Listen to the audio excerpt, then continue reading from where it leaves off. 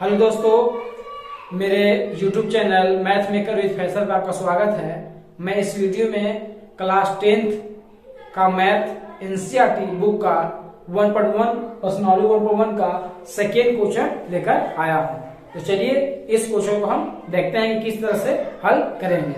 जैसा एक क्वेश्चन दिया हुआ है आपको, दर्शाइए कि कोई भी धनात्मक विषम पूर्णांक 6q + 1, 6q + 1 या 6q + 3 या 6q + 5 के रूप का होता है, जहां q कोई पूर्णांक हो, यानी कि q क्या हो, इंटीजर हो, प्लस माइनस कुछ भी हो सकता है।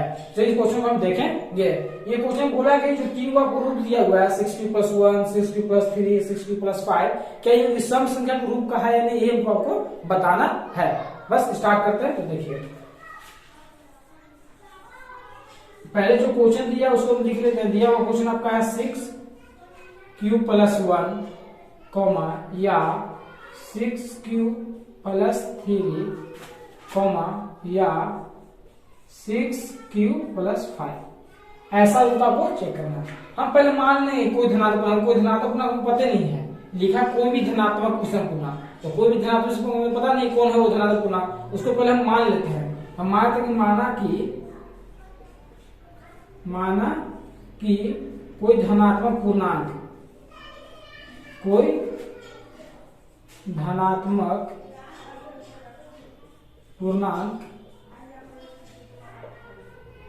a है।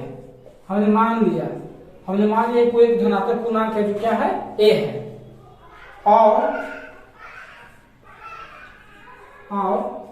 b = 6, और क्या मान लिया, b = 6। 6 क्यों माना, क्योंकि जो हमको प्रूव करना है वो 6 का ही रूप है। देखिए 6q लगा हुआ है, तो इसलिए हमने b को क्या मान लिया, 6 मान लिया है।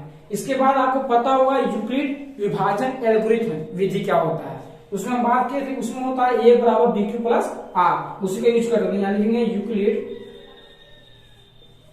यूक्लिड विभाजन एल्गोरिथम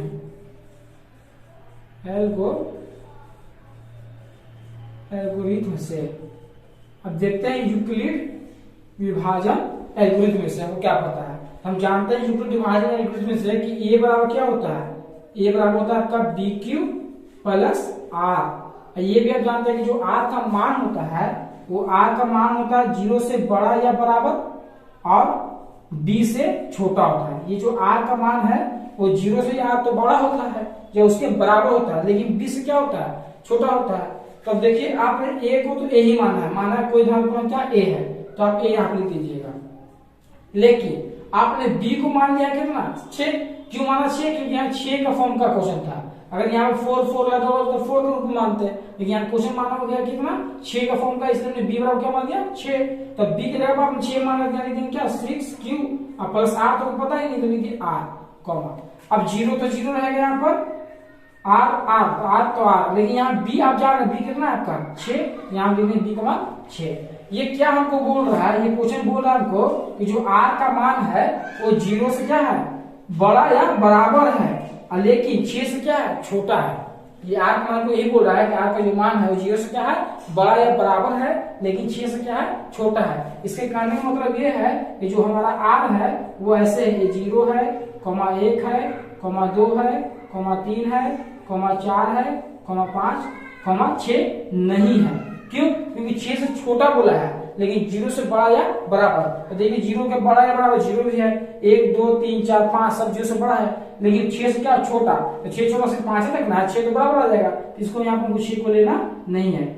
इसका कहने का मतलब यही है, डिटेल नहीं बोला, लेकिन फॉर्म में बोल रहा है कि इसका मान है 0 से बड़ा और 6 से क्या है, छोटा। ये r का मान हमारा हो गया। अब चेक कर दे सब पे, जब r बराबर रखते हैं 0, r बराबर रखें, r बराबर 0 पर चेक करते हैं, तो r बराबर 0 चेक कीजिएगा, तो a तो a, बराबर तो बराबर, 6 तो 6, q तो q, प्लस तो प्लस r, और r का मान कितना है अपने 0। तो जब यहाँ 0 जोड़िएगा तो कोई फर्क पड़ेगा नहीं पड़ेगा, यानी आपका आएगा a = 6q, ये क्या हो गया आपका 6q।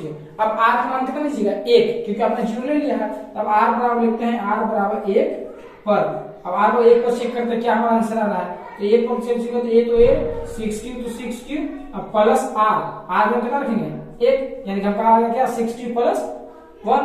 अब चेक करेंगे आर पर कितना पर 2 पर लिखेंगे अगला अब आर बराबर 2 पर तो ये बराबर तो बराबर 6 क्यूब तो 6 क्यूब प्लस आर का मान कितना की 2, क्योंकि यहाँ पे आर है तो आर कितना लिख देंगे यहाँ पे हम 2 लिख देंगे। अब 2 तो चेक कर लिया, अब आगे चेक करते हैं, देखिए इधर जगह नहीं है, आगे चेक कर लेते हैं। अब आर का मान कितना रखेंगे 3, क्या यहाँ 2 तक हमने चेक कर लिया है तो आर का मान अब 3 रखते हैं, आर बराबर 3 पर तो ए बराबर 6 क्यूब तो 6 क्यूब प्लस आर, देखिए ए तो ए बराबर 6 क्यूब तो 6 क्यूब प्लस आर का मान कितना लिया है 3 तो आर जब क्या कर लिया 3। इसके बाद देखिए आर बराबर 4 पर चेक करते हैं तो आर बराबर 4 पर तो ए बराबर 6 क्यूब तो 6 क्यूब प्लस क्या हो गया 4।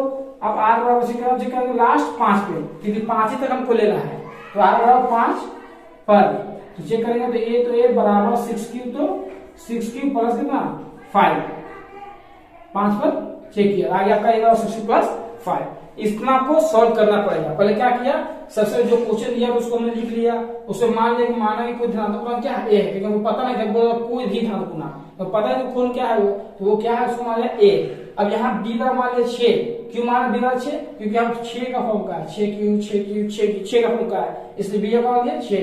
आप जानते हैं यूक्लिड विभाजन एल्गोरिथम में थी वो क्या होता है, तो उसमें होता है ए बराबर बी क्यू प्लस आर, तो लिख दिया बी क्यू प्लस आर का मान होता है 0 से बड़ा या बराबर बी से छोटा।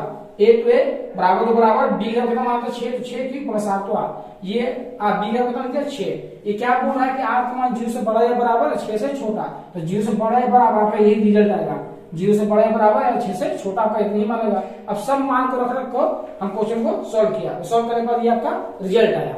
अब बोला क्या कि 60 प्लस 1 60 प्लस 3 60 प्लस 5 विषम का रूप का है या नहीं, तो विषम और सम क्या होता है इस पर बात करते हैं। सम उसे कहते हैं जो 2 से विभाजित हो जाता है, और विषम उसे कहते हैं जो 2 से विभाजित नहीं होता है। तो देखिए यहाँ पर 6 क्यूब, यहाँ पर जो क्वेश्चन आया हुआ 6 क्यूब, ये 2 से विभाजित होगा कि नहीं होगा, तो 2 हो जाएगा, तो ये किस चीज का रूप का हो गया, सम का रूप का हो गया। इसे हमको लेना है नहीं, ये क्या का रूप का हो गया, ये आपका सम का रूप हो गया सम। लेकिन 6 क्यूब प्लस 1 ये 2 से कटेगा नहीं कटेगा, तो जो 2 से नहीं कटा वो किसका रूप होता है, वो विषम का रूप का होता है। तो ये जो 2 से कट गया वो सम, और जो 2 से नहीं कटा वो क्या विषम। तो जो 2 से हमको कट रहा है उसको नहीं लेना है, जो नहीं कट रहा है उसको हमको लेना है। तो हमको कौन नहीं लेना है, इसको नहीं लेना, क्योंकि ये 2 से कट रहा है, इसलिए क्या है सम संख्या है। इसको भी हमको नहीं लेना, क्यों, क्योंकि ये 2 से कट रहा है, 2 तिहाई 6 3 क्यूब प्लस 2 क्या 2 3 क्यूब प्लस 1 में, ये भी हमारा आंसर नहीं होगा। यहाँ पे देखिए 6 क्यूब फुल प्लस 4 भी 2 से कट रहा है, इसलिए हमारा 6 क्यूब प्लस 4 भी आंसर नहीं होगा। तो हमारा आंसर कौन कौन हो जाएगा, तो 6 क्यूब प्लस 1 हो जाएगा, 6 क्यूब प्लस 3 और 6 क्यूब प्लस 5। तो लिखेंगे हम कि 6 क्यूब प्लस 1 कॉमा या 6 क्यूब प्लस 3 कॉमा या 6 क्यूब प्लस 5 एक धनात्मक विषम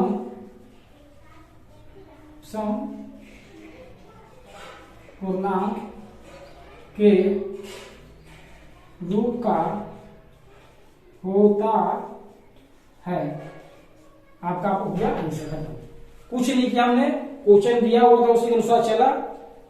यहाँ 60 प्लस 2 और 60 प्लस 4 को हमने नहीं लिया, क्योंकि ये 2 से विभाजित हो जा रहे हैं, जो 2 से करता है उसे सम करते हैं। ये क्वेश्चन में क्या बोला था, आपको विषम लेना है। क्या लेना है आपको, विषम। तो विषम उसे करते जो 2 से नहीं करता है, तो जो 2 से नहीं करता कौन नहीं करता, तो 60 प्लस 1 नहीं करता है, 60 प्लस 3 नहीं करता है, 60 प्लस 5 नहीं करता है। इसलिए 60 प्लस 1 60 प्लस 3 और 6 प्लस 5 कैसा रूप का होगा, देखिए विषम संख्या के रूप का होगा।